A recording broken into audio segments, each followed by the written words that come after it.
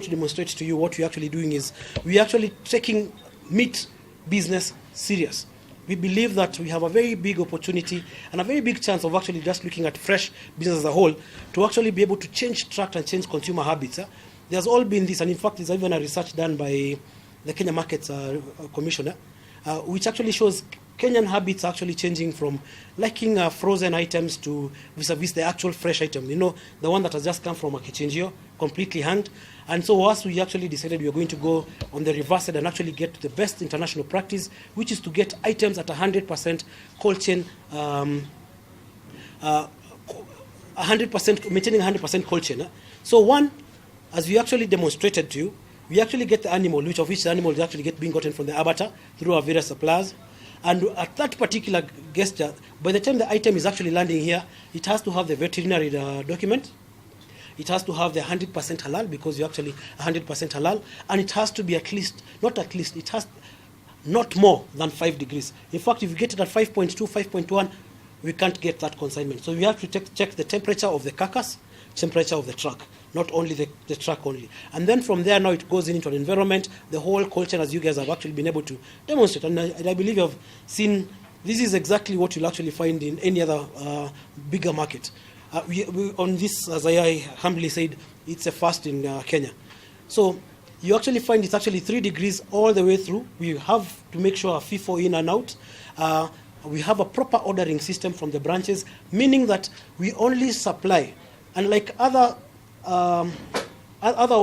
older ways of doing it, whereby a whole carcass will have now gone into the supermarket. Now we are having proper charts. So we are saying you are ordering this number of T-bone steaks, you're ordering this number of kilos of steak, you're ordering this number of mincemeat, rather than actually having the branches themselves now having meat and then now having to dissect and now coming up. So that was one of the clear things that we actually came up operationally and has really helped us to sustain overall key demand and consistency on quality. So one of the key things actually we have to say is we cannot condone, we do not encourage, and anywhere, as you have actually seen, we do not require any chemical substances for us to be added into any of our meat processes, because by observing the cold chain, by making sure that that product, because remember, even when it lands on the store, there's a cold room there.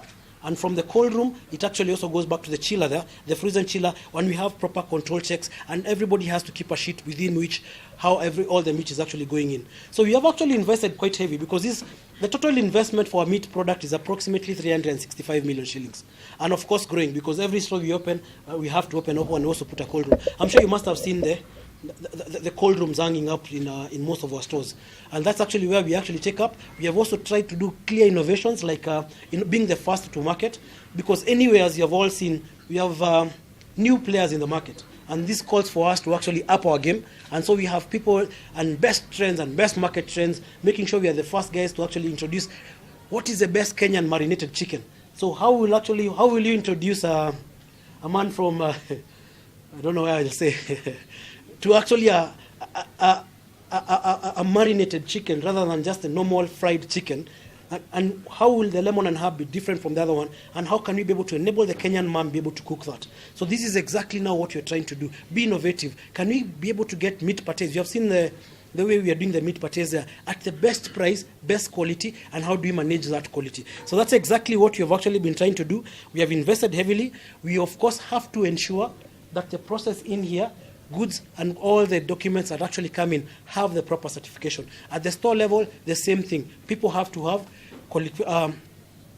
all the health checks, all the government regulations, and making sure that at least you work with the government regulations and government entities that at the abattoir level. Because remember, at the abattoir level, we have at least a minimum of 2 veterinaries from the Kenya Veterinary Board who actually have to certify the same. So that, in a nutshell, is exactly what we do. We, of course, have to call upon government to make sure that at least the meat inspection, and especially at the abattoir, for most of the suppliers and all that, actually is able to reach. And one of the key things is that we are recommending at least all the retailers to actually do a unit like this one that we actually have here. In fact, in most cases, if we hit our capacity, because right now we are not even able to meet our own demand, we believe we can be able to scale up this unit. If we scale up this unit past this, then we'll be able to even start selling to other markets. But at the moment, one of the first things you actually do is that by ensuring that you have a proper ordering system, such that people do not order for more than they need. You have actually demonstrated, as you've actually seen, we are doing proper cuts, shrinking them, and then now having a cold chain within which, and actually a batch number. It's actually, you cannot dare touch that batch number, because remember, we are now taking them in form of the shrink-packed quantities, up to the store level. From the store level, we have two customers. We have the customer coming in from the shelf, and we have also our own customers who are actually our own bakery at our own bakeries. If they needed meatballs for something specific, or let's say you're doing the wraps, we also have our own kitchens. So we're actually doing our own demand and supplying both the external customer, and we also treat ourselves as an internal customer. After that, we're ensuring that anything that is actually left out, or anything that is actually does not meet standards, any product that's stolen is actually not stolen. Sorry, any product that's actually damaged or goes off is actually completely disposed of. So we do not at all encourage or even have the need to, because one of the key things we have done by getting that ordering process in check, such that if it's a new branch in Rongai, we have actually observed the demand. We have actually checked out, okay, this branch needs this number of T-bones and all that. It needs this number of mincemeat. T-bones, the meat on bone will be this kind of quantity.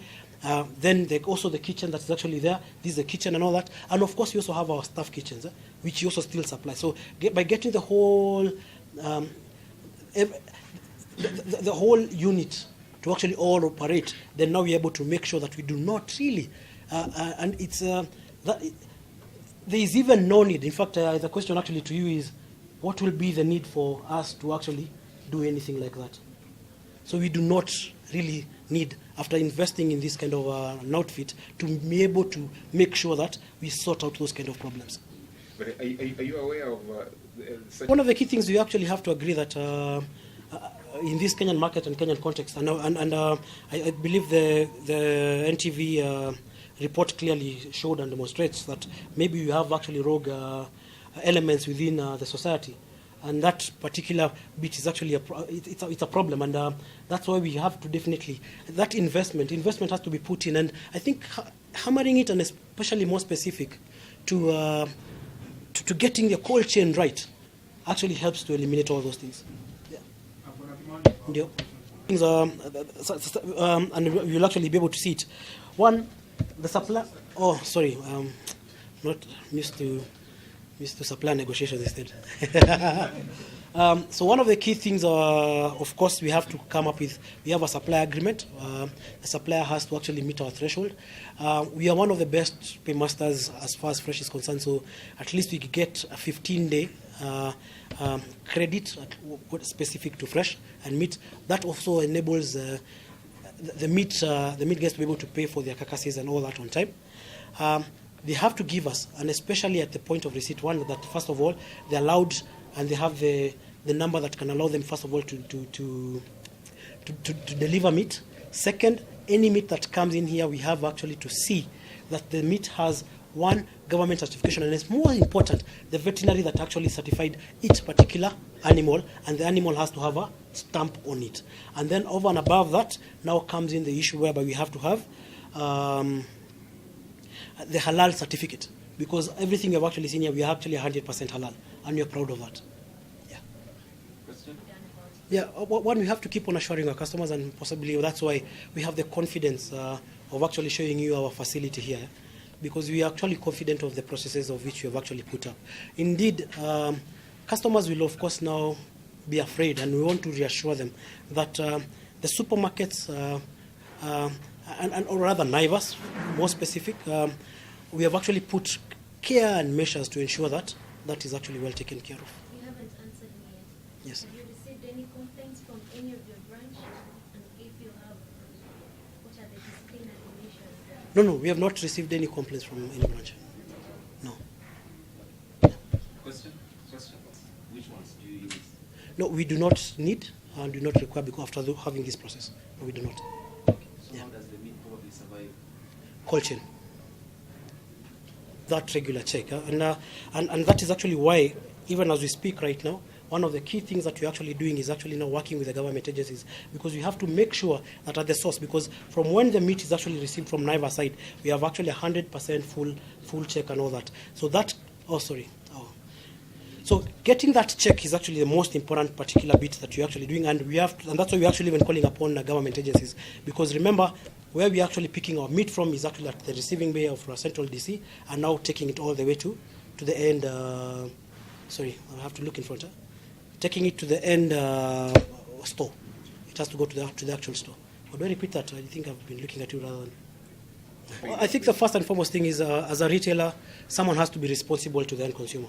First and foremost, for example, ourselves, you have to take care of that bit that you yourself, you're actually a consumer from the same store, yeah? So we have to really make sure that, one, we're able to buy and stock the right products, yeah? So, secondly, is for us now to actually have that check, and that's where the government comes in, to make sure that they check in which each and every retailer, check the abattoirs, make sure that everybody conforms, and especially during the transportation of fresh food and meat. Maybe lastly. And I think people should actually, because I'm actually wondering myself, what's the motivation for that particular, for a retailer to actually be doing this, and especially if you have your numbers right. Because if you have your numbers right, you don't really need, and if you have done an